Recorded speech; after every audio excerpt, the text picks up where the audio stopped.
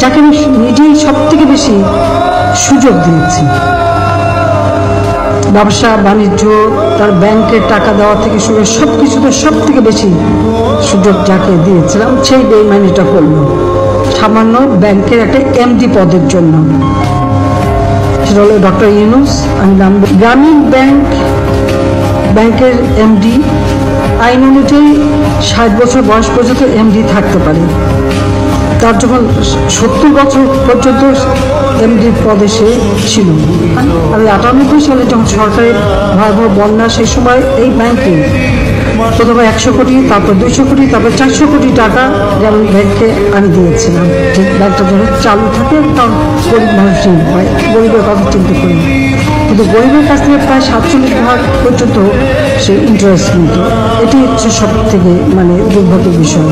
আমরা digital system নিয়ে আসলাম, সমস্ত টেলিকমিউনিকেশন, আগে সব অ্যানালগ ছিল, এবং মোবাইল ফোন আমরা ব্যবসা দিয়ে দিলাম প্রাইভেট সেক্টরে। তাকে একটা মোবাইল ফোনের ব্যবসা দেওয়া হলো। অন্য কোনো আরও যে দুটো আমরা দিয়েছিলাম তাদেরকে বেশি সুযোগ দেয়নি, কিন্তু গ্রামীণ ফোনের জন্য রেলওয়ে ফাইবার অপটিক্স ব্যবহার করার সুযোগ আমরা দিয়েছিলাম। 100 কোটি টাকার একটা ডিপোজিট দিতে হয়, সেটার থেকে তাকে মকুব করেছিলাম, এবং তাকে অন্যান্য সুবিধা সব ধরনের সুবিধা তাকে এত বেশি দেওয়া হয়েছিল। তখন আমেরিকার যিনি ফরেন মিনিস্টার ছিলেন হিলারি ক্লিন্টন, তার সাথে বন্ধু, এবং হিলারি ক্লিন্টনের সাথে প্রেসিডেন্ট ছিল, সে একটা ক্লিন্টন ফাউন্ডেশন করে। সেই ফাউন্ডেশনে সে $3 লক্ষ ডোনেশন দিয়েছিল ডক্টর ইউনূস। যদিও কেউ কখনো প্রশ্ন করেনি যে এই $3 লক্ষ একটা ব্যাংকের এমডি কোথা থেকে এগুলো কীভাবে দিল, সে প্রশ্নটা কিন্তু তোলেনি কখনো, সে টাকা দিয়েছিল। হিলারি তার বন্ধু তাকে বারবার তার কাছে যে ধন্যবাদ দেয়। হিলারি আমাকে নিজে ফোনও করে, আমার সাথে কথাও বলে। তাকে আমি এক্ষেত্রে আমি বলবো এখন সবাইকে, যেহেতু আমাদের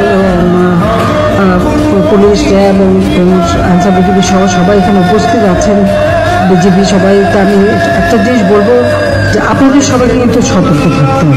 ইতিমধ্যে আপনারা দেখেছেন রেলে আগুন, লঞ্চে আগুন, ফেরিতে আগুন, এমনকি সীতাকুণ্ডে যে আগুনটা, সেটাও কিন্তু একটা জায়গা থেকে আগুন ধরে, কিন্তু বিক্ষিপ্ত কয়েকটা জায়গায় একসাথে আগুন ধরে কীভাবে। আর রেলের আগুনটা, এটা কিন্তু আমি একটা ভিডিও পেয়েছি, নিচের দিকে রেলের চাকার কাছ থেকে আগুন জ্বলছে। এটা কি করে হয়? কিন্তু সমস্ত জিনিসগুলো একটা রহস্যজনক, যেই জন্যই বলবো সবাই